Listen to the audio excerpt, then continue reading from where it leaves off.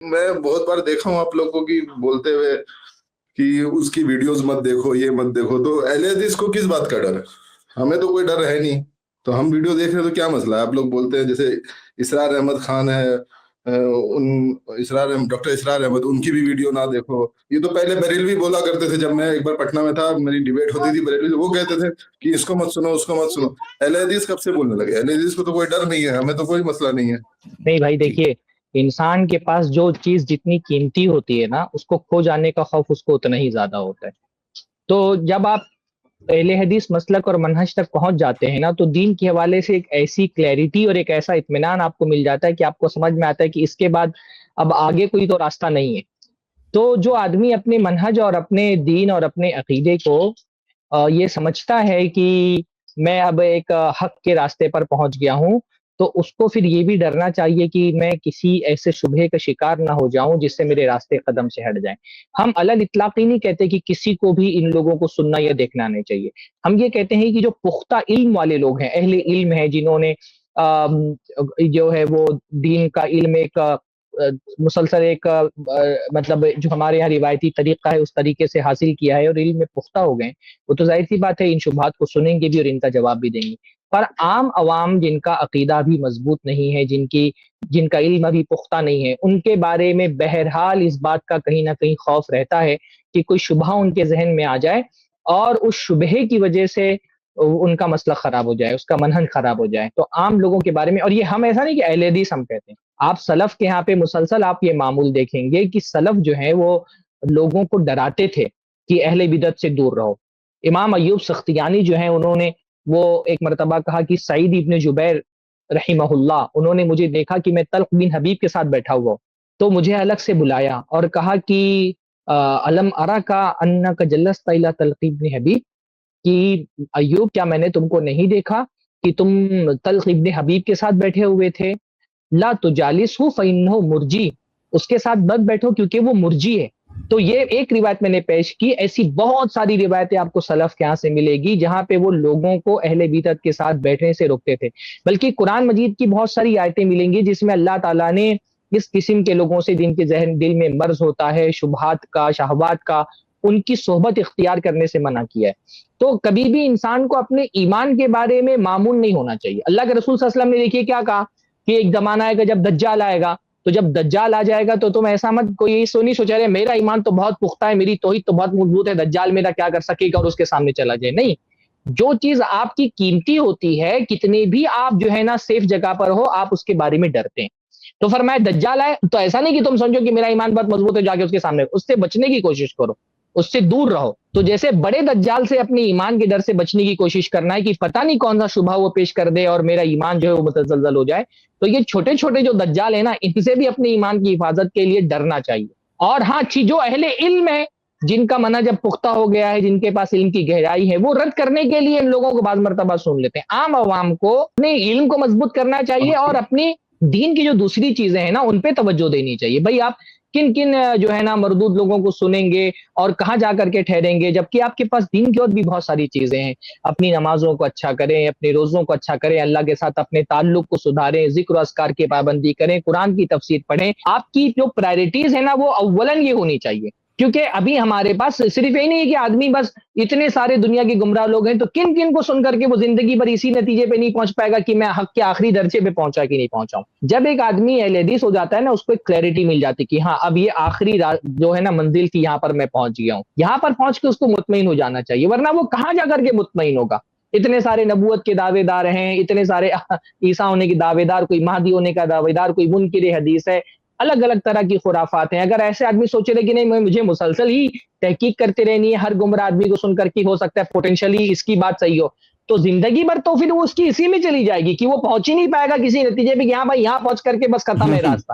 زندگی بھر وہ شک کا شکار رہے گا۔ تو ہم جو بدعتی جب کرتے ہیں نا، تو ہم جانتے کہ بدعتی آدمی کو منہج کی وہ کلیئرٹی نہیں ملتی ہے جو ایک اہل حدیث کو ملتی ہے۔ تو اہل حدیث کو مل گئی کلیئرٹی ہے کہ ہاں میں ایک آخری راستے پہ پہنچ گیا ہوں، تو اب اس کو اور بھی چیزوں پہ دین میں توجہ دینی ہے نا, اس کو اپنے بچوں کی تربیت کرنا ہے, اس کو لوگوں کو دین کی دعوت دینی ہے. بہت سارے منکرات معاشرے میں پائے جا رہے ہیں, ان کا خاتمے کے لیے کوشش کرنی ہے, اللہ سے اپنا تعلق مضبوط کرنا ہے, اللہ کی معرفت حاصل کرنی ہے اور علم میں اپنے آپ کو پختہ رکھنا ہے. پھر اگر کہیں بغیر اس کی کوشش کے کوئی شبہ اس کے پاس آ جاتا ہے تو اس کا رد بھی کریں اور اہل علم سے اس کے لیے رابطے میں بھی رہیں. لیکن یہ تو نہیں کہا جا سکتا کہ بھئی سب کو سنو اور زندگی بھر سنتے ہی رہو اور پوری تمہاری زندگی بس انہیں اہل بدعت کو سننے میں ہی خرچ ہو جائے. سب اہل بدعتی کو سنتے رہیں گے تو یہ جو معتبر مستند علماء ان کو کون سنے گا, کب سنے گا بھائی؟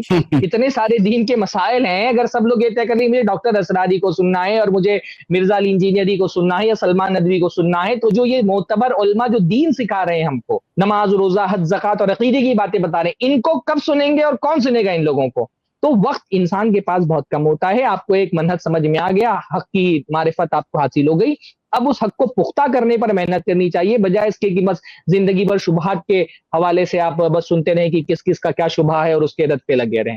کچھ کام کچھ متخصص لوگوں کے حوالے کر دینا چاہیے کہ بھائی ٹھیک ہے یہ اہل علم ہے اور یہ اپنا کام کر رہے ہیں, جو شبہات امت میں پھیلا جا رہے ہیں ان کا جواب دے رہے ہیں. میرا کام یہ ہے کہ میں اپنے عقیدے پہ اور اپنے اللہ سے تعلق پر محنت کروں, اپنے اخلاق سنواروں, اپنی عبادتوں کی پابندی کروں, اپنے معاملات میں جو دین کے تقاضے ہیں ان کو پورا کروں, اس پر میں پھر زیادہ محنت کروں.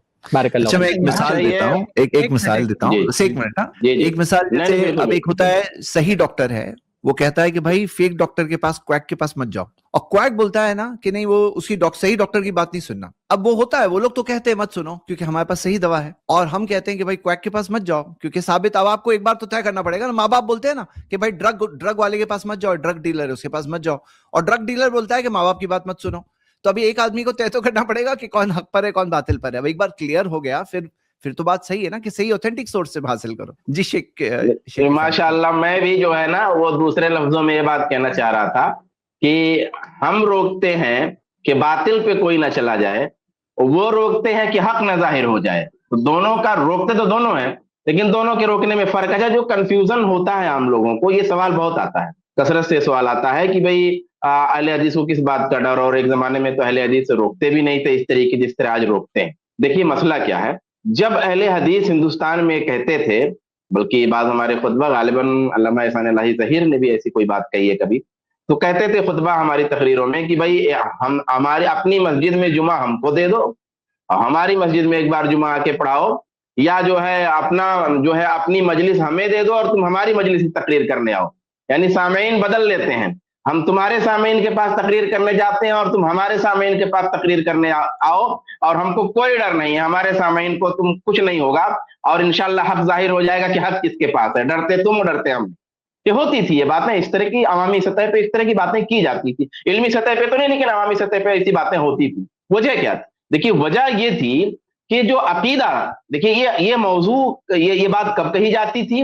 عقیدے کے حوالے سے, کیونکہ عقیدے کے حوالے سے اہل حدیث کی عوام بھی ماشاءاللہ الحمدللہ بڑی پختہ تھی. عوام کا ایک ایک فرد عقیدے میں اتنا پختہ تھا کہ کوئی بدعتی کیسی بھی دلیلیں الٹی سیدھی لا کے ڈالے منحرف نہیں کر سکتا تھا, پختہ تھے. یہ جو ہم روکتے ہیں نا, اب یہ مسئلہ عقیدے کا نہیں ہے, یہ مسئلہ منہج کا ہے. اب منہج کے مسئلے میں کیا ہے کہ عوام الناس نہیں جانتے منہج کے مسئلے کو. عقیدہ چونکہ بنیاد ہے نا, تو عقیدہ چونکہ بنیاد ہے اس لیے اس کی تعلیم ازحد ضروری ہے. لیکن اب مناہج میں بہت سارے مناہج ہیں, ظاہر سی بات ہے کہ ان مناہج کی تفصیلات ایک ایک چیز عوام کو نہیں بتائی جا سکتی, نہ ان کو ازبر ہو سکتی ہیں. تو جو چیز عوام کو ایک ایک جزئیہ ہم نہیں بتا سکتے اور انہیں ازبر نہیں کرا سکتے, اس مسئلے میں ہم روکتے ہیں انہیں سننے سے. لیکن عقیدے کا مسئلہ ہے تو الحمدللہ عقیدہ ایسا مضبوط ہے کہ اس مسئلے میں بہت زیادہ یہ معاملہ ہم نہیں کرتے. لیکن منہج کا معاملہ چونکہ پختہ نہیں ہے, اور وہ عقیدے کی طرح پختہ ہو بھی نہیں سکتا کہ اس کی جزئیات کی ایک ایک چیز کو ہم پختہ کرا سکیں, تو یہاں ہم روکتے ہیں کہ لوگ باطل کا شکار نہ ہو جائیں. بات صرف اتنی ہے, اور یہی فرق ہے پہلے میں اور آج میں. جی سے کی بات. شیخ کی آواز نہیں آ رہی ہے. شیخ کفایت. السلام علیکم. دیکھیے ہمارا سمجھنا تو یہ ہے کہ اہل حدیث کے منہج میں کوئی تبدیلی نہیں ہوئی, جو پہلے منہج تھا آج بھی منہج ہے, اس میں ذرا برابر بھی فرق نہیں ہوا. دو چیزوں کو اصل میں کچھ لوگ گڑمڑ کر دیتے ہیں. ایک ہوتا نا اہل حدیث کہتا ہے کہ, اور ہمیشہ سے کہتے آ رہا اب بھی کہہ رہا ہے کہ حق بات کوئی بھی لے آئے ہم ماننے کے لیے تیار ہیں.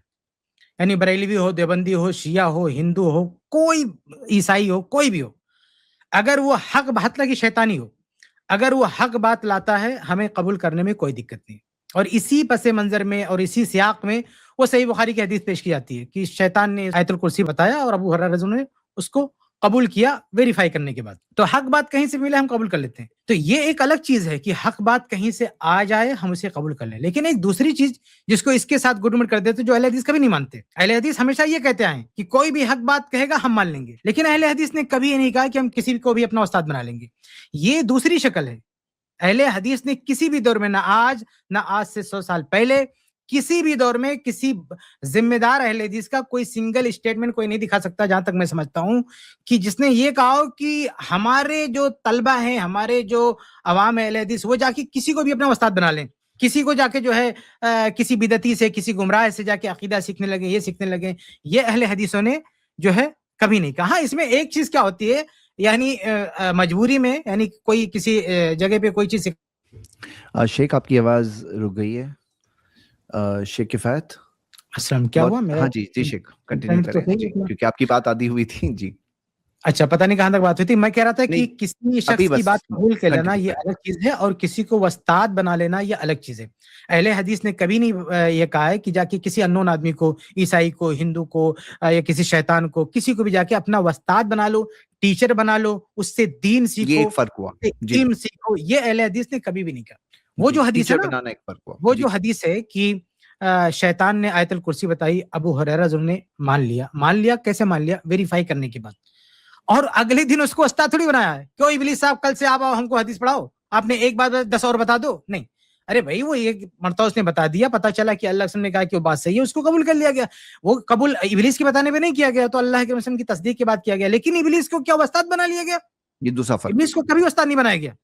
تو کسی بھی شخص کی بات کو حق بتائے اس کو قبول کر لینا یہ ایک الگ مسئلہ ہے, اور کسی کو دین سیکھنے کا مرکز بنا لینا, سینٹر بنا لینا, اس کو اپنا استاد بنا لینا اور اسی کو دین کا مرجع مان لینا, اس دونوں میں زمین آسمان کا فرق ہے. اہل حدیث کے منہج میں ذرہ برابر گنجائش نہیں کوئی بدعتی ان کا استاد بن جائے, کوئی بدعتی ان کا معلم بن جائے, ان سے پورا دین سیکھنے لگے. یہ اہل حدیث نے کبھی بھی گوارا نہیں کیا. اہل حدیث نے ہمیشہ جو دین سیکھا ہے, عقیدہ سیکھا ہے, اپنے علماء ہی سے سیکھا ہے. اہل حدیث کے کسی دور میں آپ دیکھیں گے تو بہت ہوتا ہے, تو زبان سیکھنے کے لیے, ادب سیکھنے کے لیے, علم کا, عقیدے کا وسیلہ سیکھنے کے لیے کسی کو استاد بنا لیا, کسی بدعتی سے تجوید سیکھ لیا, کسی بدعتی سے عربی زبان سیکھ لیا, اس حد تک ہے. لیکن باقاعدہ کی عقیدہ وغیرہ میں ان کو اپنا استاد بنا لے, ہرگز نہیں. بلکہ جو اساتذہ اہل حدیث کے ہوئے ہیں, یعنی علم کے, ادب کے, زبان کے, ان سے بھی مطلب جم کے اختلاف کیا ہے, ذرہ برابر ان کو خاطر میں نہیں لایا ہے. یعنی عقیدے کا بالکل بھی استاد نہیں بنایا ان کو, بالکل بھی استاد نہیں بنایا.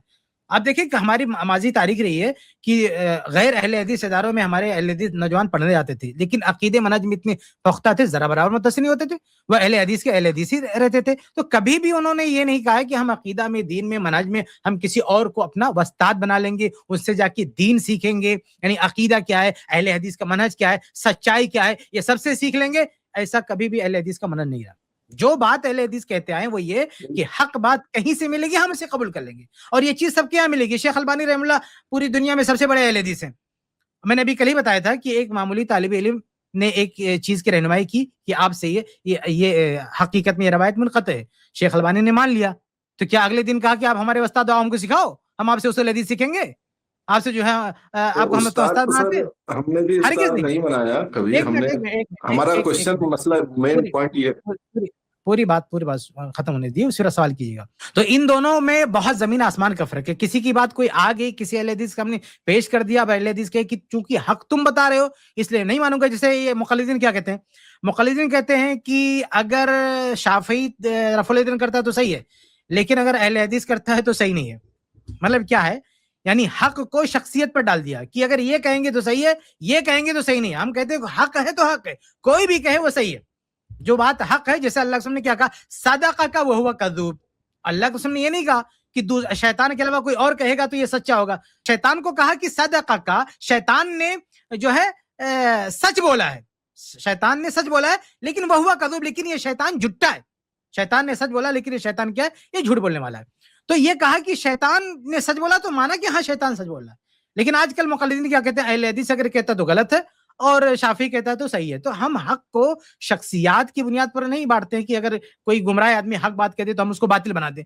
کوئی مشرک کہہ دے کہ اللہ ایک ہے تو ہمیں تھوڑی کہیں گے کہ نہیں غلط بول رہا ہے, نہیں بات صحیح بول رہا ہے, لیکن ہم اس مشرک کو استاد نہیں بنائیں گے, ہم کسی عیسائی کو استاد نہیں بنائیں گے, ہم کسی بدعتی کو استاد نہیں بنائیں گے. ایسے لوگوں کو سورس بنا لینا کہ جائیں ہم ان سے علم سیکھیں, یہ دنیا کی کسی فیلڈ میں نہیں ہوتا ہے, کسی بھی فیلڈ میں نہیں ہوتا ہے کہ جو ماہرین نہیں, ایکسپرٹ نہیں ہے اور جو صحیح راستے پر نہیں ان کو استاد بنا لی جائے, یہ غلط بات ہے. باقی اگر کوئی ٹوکتا ہے, کوئی بتاتا ہے, مشورہ دیتا ہے, دنیا سنتی ہے, لیکن اس کا مطلب نہیں کہ ایک صحیح مشورہ دے دیا تو کل سے اس کو استاد بنا لے. ایسا کہیں نہیں ہوتا, نہ اہل حدیث میں ہوتا, نہ کہیں اور ہوتا ہے. جی